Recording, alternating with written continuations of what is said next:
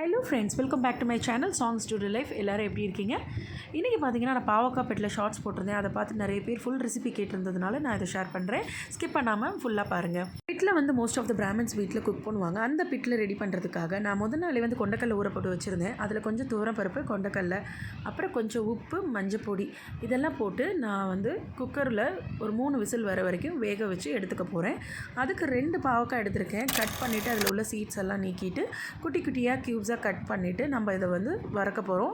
மெயினாக வந்து இதை வந்து நம்ம பருப்பில் போட்டுறக்கூடாது. போட்டோன்னா பருப்பு ரொம்பவே கசப்பாயிரும், அப்புறம் சாப்பிடவே முடியாது. ஒரு கடாயில் எண்ணெய் போட்டு, கடுகு போட்டு, கருவேப்பிலை போட்டு, கொஞ்சம் பெருங்காய பொடி போட்டு நம்ம கட் பண்ணி வச்சுருக்க பாவக்காவையும் சேர்த்து நல்லா வதக்கிக்கலாம். மூடி போட்டு ஒரு 10 நிமிஷம் பக்கம் வேக விட்டிங்கன்னா பார்த்தீங்கன்னா பாவக்காய் நல்லா வதங்கி வந்துடும். அதுலேயே நான் ஒரு 2 தக்காளி ஆட் பண்ணிக்கிறேன். தக்காளியும் போட்டு ஒரு 5 நிமிஷம் நல்லா வதக்கிட்டு இதை ஆஃப் பண்ணி வச்சிடலாம். அரைச்சுத்துறதுக்கு பார்த்திங்கன்னா தனியா, வரமிளகா, தேங்காய், கொஞ்சம் துவரம்பருப்பு போடுவாங்க. நான் இன்றைக்கி வெங்காயமும் அதில் சேர்த்து போட்டிருக்கேன். ரொம்பவே டேஸ்ட்டாக இருக்கும் வெங்காயம் ஆட் பண்ணி அரைச்சி சாம்பார் பண்ணிங்கன்னா. அப்புறம் பார்த்திங்கன்னா நம்ம வதக்கி வச்சுக்கிறதுல கொஞ்சம் புளிக்கரைச்சல் சேர்த்துக்கிறேன். அதையும் சேர்த்து தனியாக வந்து ஒரு 5 நிமிஷம் பக்கம் கொதிக்க விடுங்க. ஸோ மோஸ்ட் ஆஃப் த பாவக்காய் கசப்பு வந்து போயிடும். அதில் 2 ஸ்பூன் சாம்பார் பொடி போட்டிருக்கேன். சாம்பார் பொடி போட்டு ஒரு கொதி வந்தோன்னே நம்ம வேக வச்சு வச்சுருக்க பருப்பையும் ஆட் பண்ணிடலாம். அதில் நல்லா பருப்பு வெந்து வந்திருக்கு.